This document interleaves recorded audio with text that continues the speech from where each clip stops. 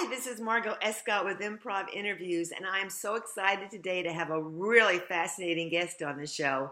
It's Lisa Kays, an MSW in Washington, D.C., who graduated from Catholic University and has been practicing psychotherapy with individuals, couples, and groups. Lisa had studied and performed with the Washington Improv Therapy Group and also was on the faculty there where she worked in their professional development and team building trainings. She also developed WIT's first Improv for Mental Health Professionals class. In addition, she has integrated improv into her work in a women's prison, given workshops using improv techniques for individuals in recovery, and currently runs improv therapy groups in DC. Hello, Lisa. How are you? Hi, good. Thank you. Thanks for having me. Oh, I'm really excited to talk to you. I discovered you a few months ago in my search for other therapists doing improv, and you've really taken off with it in the DC area. Yeah, it's been fun. It's been a very unexpected but fun adventure. Yeah, it's incredible. So tell me, why did you take your first improv class? I was going through a major life transition, not a happy one, and I sort of knew that at that time I needed something new to do. I always like to have something that I'm doing that challenged me and kind of pushed me out of my comfort zone. And I had trained and run a marathon and then kept running like half marathons. And so I thought, okay, I can now do that. Not very fast, but I did it. And so I was looking for something else, and I also needed a way to meet new people and different people. You know, DC is a very work-oriented town, and so I wanted to meet, kind of more on a social or artistic level.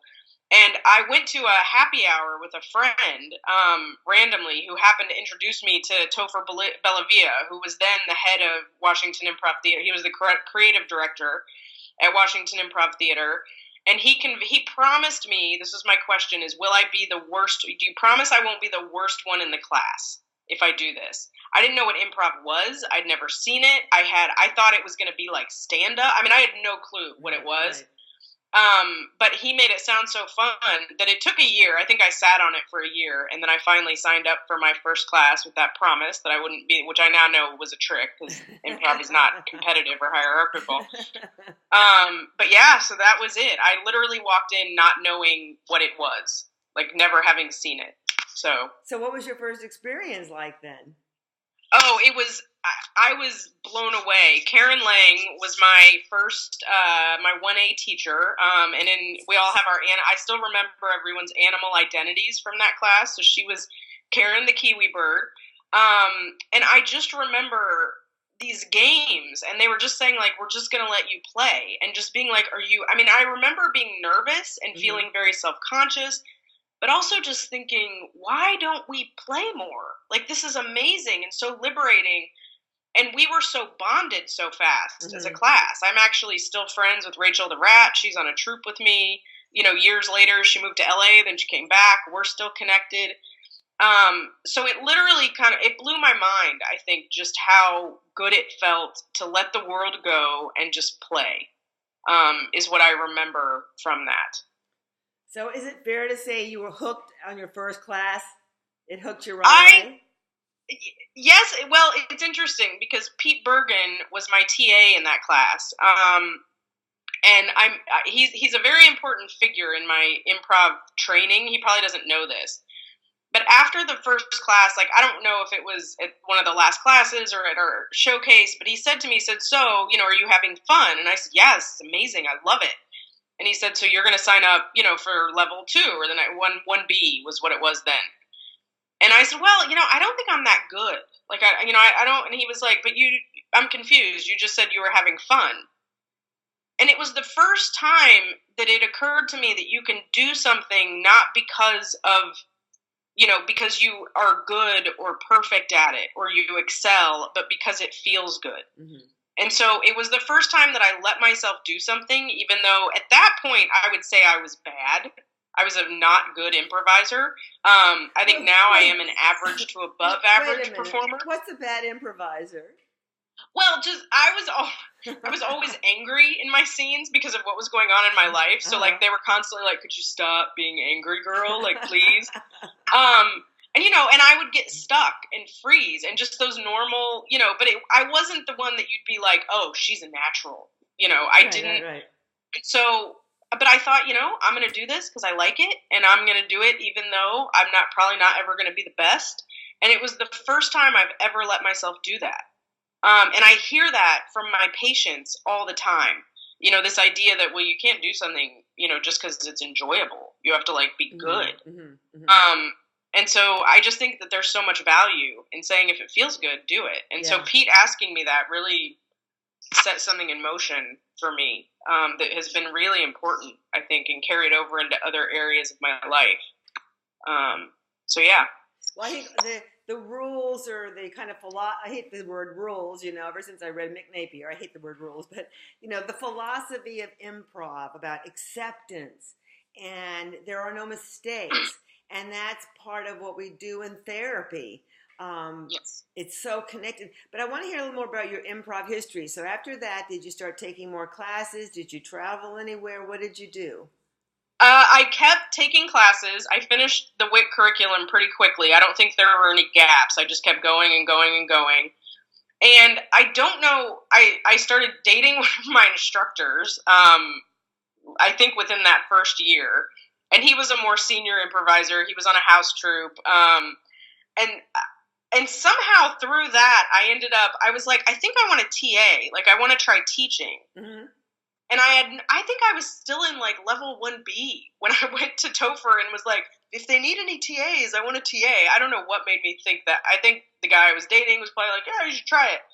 And I think at that time, the WIC community was so small. I don't think there weren't a lot of TAs. There weren't a ton of people in the faculty. It was still, classes still weren't filling. But anyway, Topher said, yeah, I think you'd be great at it. And so I began the process really quickly of training as a teacher. And so I was a TA for a couple of sessions, and then you co-teach, with a more established teacher, and then you can teach on your own when they kind of sign off on you. So I started that process before I had even finished my training, as you will, in the Dagobah system. That's cool. So, but you traveled, did you go to Chicago at all? Did you work out there at all or study? No. Oh. I have always been in D.C. In D.C. Okay, great. Because we talked about Stephanie Anderson, and how did you come across Stephanie?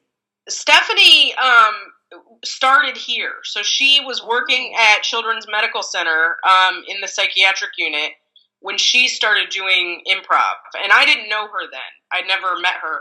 But I would hear about this amazing Stephanie Anderson. She was a coach of a troupe called Sistine Robot, which was a group of my former students at that time, and I would just hear about this magical Stephanie Anderson, but I never met her, and I don't even think I saw her perform. She was just sort of this legend out there, and I didn't actually meet her until she comes periodically, and WIT has her do faculty training because she's done so much work in how she does improv for anxiety in Chicago. And she's just very skilled at teaching improv, at creating safe spaces. So WIT brings her to train faculty, and I was finally able to do one of those just a couple of years ago. And I learned so much. I was blown away by how much I took away from what she taught. I still use a ton of it today. And then I saw her speak at the Strathmore. She came and did a lecture on her experience applying improv in mental health in the psychiatric unit and the evolution of that. So I don't really know her. It's more of just kind of a professional, very much a very deep respect for her. And just, I know she's so skilled from having learned from her. Now, was she one of the people that helped pique your interest between the MSW and did you decide to get your master's after you've been doing improv, or what was the time frame of that? I think I didn't know. So I was doing improv for a year or two, and I always had wanted to be a therapist. I think I have always wanted to be a therapist, and it was never quite, I thought you had to get a PhD. And I was in my own therapy for, all of this journey. And I was very professionally unhappy. I didn't like sitting at a desk. I was so not into, I tried all these different jobs and it just wasn't working. And my therapist is a social worker, and she finally was like, "Why? It's a 2 year." And I was like, "What? 2 years? This is crazy." So I thought about it, and I think because I was in improv, I said yes finally. I said, "You know what? This is like, why not? You have to, say yes and go." So I didn't know there was going to be a connection when I started my MSW, and they assigned Dan Siegel's Mindsight. And if you look at the table of contents of that book, it's like an improv manual. I think there's a section, he has a whole thing about saying yes, agreement, the mirror neurons, and how we connect. And I was like, mirroring, that's improv. And so I started just everything they were training me in my MSW. I was like, this is improv training. And then I thought, I'm this genius who's the first person that's figured this out. And so I thought, I'm going to write research papers, showing the links. And as I researched that, I realized everyone else had already figured it out. And the improv was actually invented by a social worker. So it just it evolved from there, my linking the two. But yeah, I didn't know there was going to be a connection. I just knew I wanted to be a therapist and a social worker. That's so exciting. It really is. I was the same way. I thought I was so unique, right? And now there's a whole network of us internationally who are doing this. And there's a wonderful group of us that are talking to each other now. So very exciting. Books have been written. I was like, oh, okay, not my idea. Books have been written on this. So I know. But your work is wonderful. You have blogs that I've read, and the newspaper articles about your work have been fantastic. So thank you. Good for you. So let's talk a little bit about some of the clinical benefits of improv. Sure. And how you've been applying it and what you see. Because I too, as an MSW, was seeing. I've been a long time MSW, long, and but that first improv class was like. Yeah.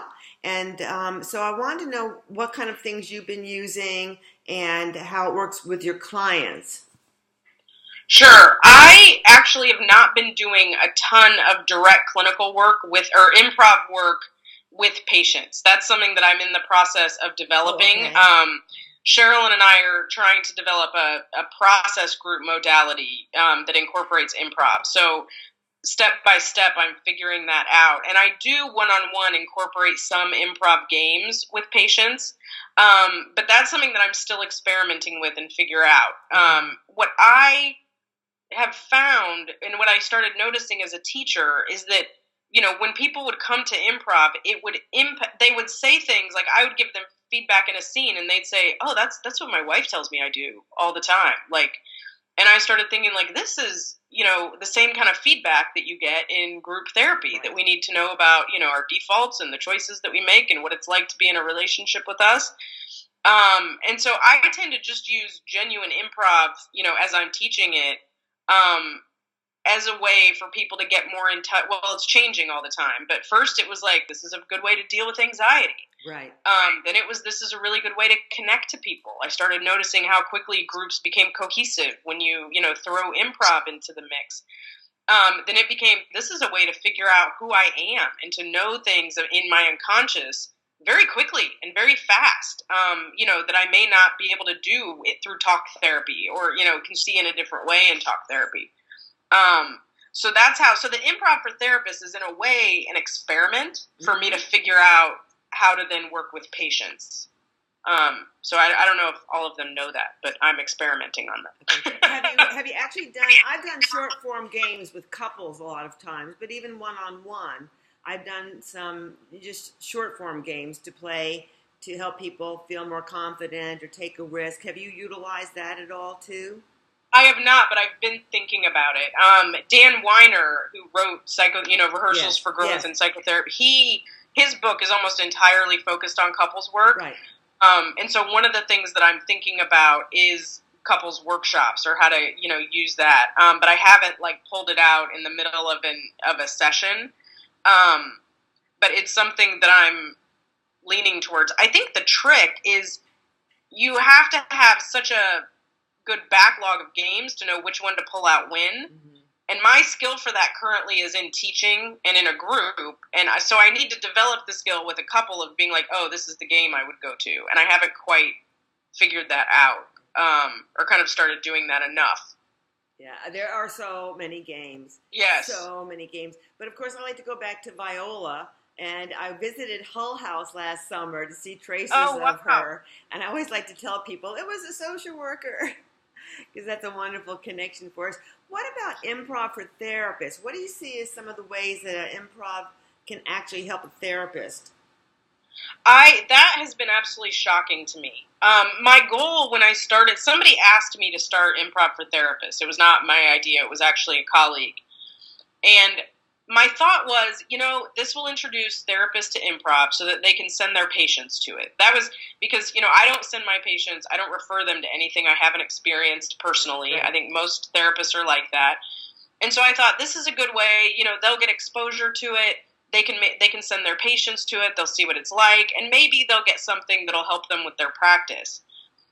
What ended up evolving was the therapists were learning, and the deeper the process got, the more comfortable. I have one class that actually stayed together into 2 sessions, and so they got to know each other on a much deeper level, and that they are able to experience, they were able to see how they are as a therapist in a way that you kind of would in supervision so for instance, noticing, I'm holding myself back from talking enough.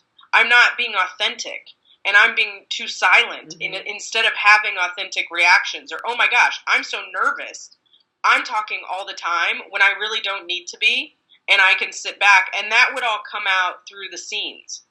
So I use typical improv games, but the way that they get debriefed and that we talk about them helps people really figure out, what's going on with their anxiety, develop a relationship with their anxiety, because they're going to hear their anxiety talking to them. And I say, what were you saying to yourself on the back line? What kept you back there? What kept you coming out all the time? So what we do in improv really maps to people's personal kind of growth edges. Do I need better boundaries?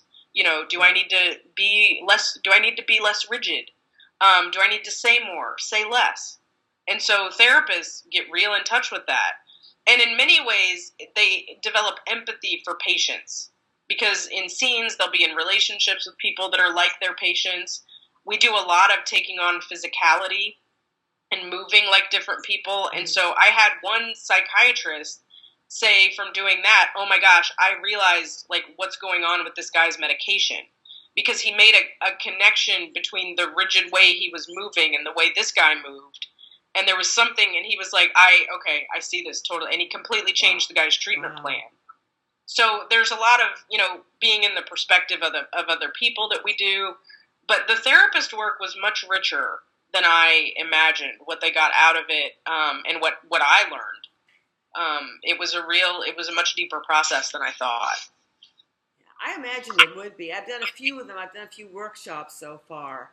And I think that because we're a little bit more in touch maybe with ourselves and our feelings, I hope so, have some self-awareness, and are able to make mistakes and admit it for the most part. And that's a big thing. I think that's what maybe our clients or people just in a regular improv troupe still hold on to that. Like, I've made a mistake. I didn't play the game right.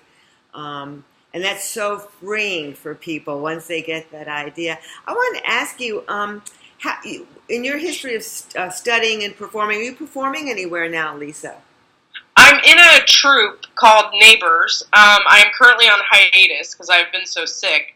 Sorry. So we haven't performed in a while, but I am a member of a troupe, and we do try to perform whenever we can. So we're not like one of those troupes that's performing every week. We're probably more of a once every 2 months kind of group, but it's been I started out coaching that group, and now I'm a player in it, because my husband was in that, and so we're now married. But I decided I wanted to play with him instead of be in charge or leading the group. So that's primarily where I perform. And when did you stop coaching? Did you get another coach for the team? Yeah, we now have, we've always been so lucky with wonderful coaches, but we now have Kate Symes, who is absolutely mind-blowingly great. She actually does, she is integrating improv with yoga. Wow. people, and she did a session with neighbors that I completely blew my mind. But to help people quiet their anxiety, to help people see their own judgments. And I thought I'm the least judgmental improviser ever. I'm this MSW and I'm like skilled in this and I'm not ever having judgments when I'm on stage. And she slows it down and uses the yoga and the yoga practice as a way to help you see what your tiny judgments are in scenes, either about yourself or about the other player. I'm still using what I learned from that. I love having Kate. I think everybody feels the same way, but Kate is our coach currently. That's awesome. Now, people talk about short form and long form, and what kind of shows do you do? Neighbors is primarily long form. We do 20, 25-minute shows. We change up our, format. We were doing a Pretty Flower for a while. I honestly don't even know what we're doing currently. Kate really works on being grounded. Whit, I think, has a bias, which I love, towards very, more grounded scenes, less wacky stuff. And Kate is really working with us on just following the fun.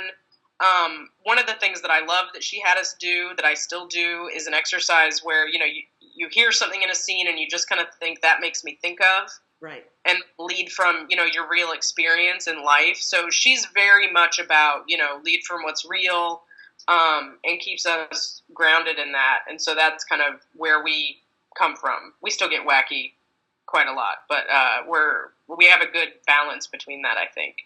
Oh. Well, for anybody living in D.C. that's watching this, we'll be posting your shows we have an Improv Therapy Facebook page now, so we'll kind of keep track of that. But that's so exciting. So any advice you have for people out there that either starting improv or therapists that are starting improv? So any pearls of wisdom?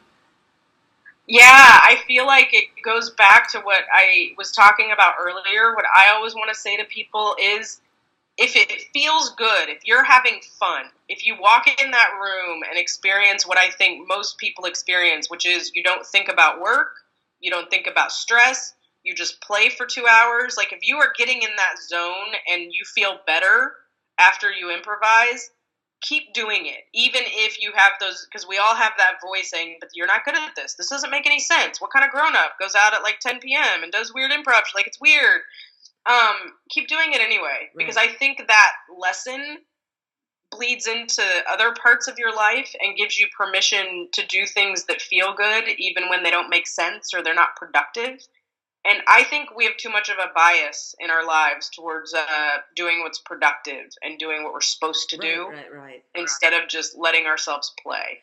That would be just being able to be by yourself or with friends and not doing anything, but just being. And improv is a lot about just being, because we're in the moment. Yeah. And how about I'm sorry. Oh, go ahead. No. How about with other therapists? Any suggestions for other therapists that might be interested in this now? I would say do it. If it's available where you are, you don't need to do an improv for therapist class. Those are becoming, I think, there's more that's becoming in Chicago. You can do improv for anxiety. There's, tons of ways that it's formally integrated. But if there is improv in your community, I would say do it. I almost guarantee you it will make you better. On some level, it will either make you better at understanding your patient's anxiety. It will give you more compassion for your patient's anxiety. It will help you know how your patients experience you. In some way, it will free you to be more authentic, spontaneous. In at least one way, it will make you better at what we do. Because what we do is relate authentically, and we help people have better relationships. I believe that's the whole fundamental game of life, is how do we have more fulfilling connection and relationships. And every rule of improv is about teaching that. So I just think if you're a therapist, social worker, anyone working with people, take an improv class. It will make you better at what you do. Well, that's wonderful parting advice. And my life is better because of having met you, Lisa.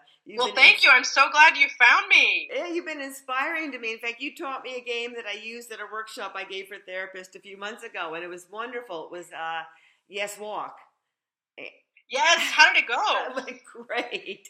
that is a go-to for anyone who's doing improv and mental health to figure out people's anxiety. That is a great one. And I borrowed how I debrief that from John Windemuller, who leads Washington Improv Theater's Wit at Work corporate training program. Mm-hmm. I stole a lot of my language around the debrief for that from him.